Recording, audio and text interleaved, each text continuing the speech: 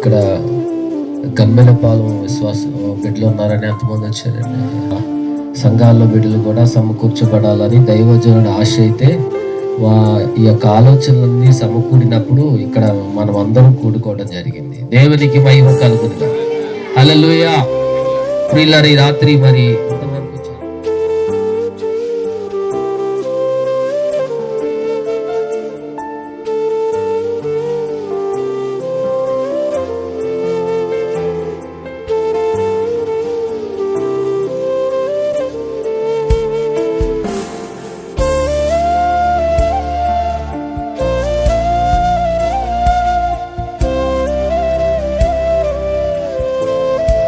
మనందరికి మహా సంతోషం తేడానికి వచ్చాడు. చెప్పండి గట్టిగా, మహా సంతోషం.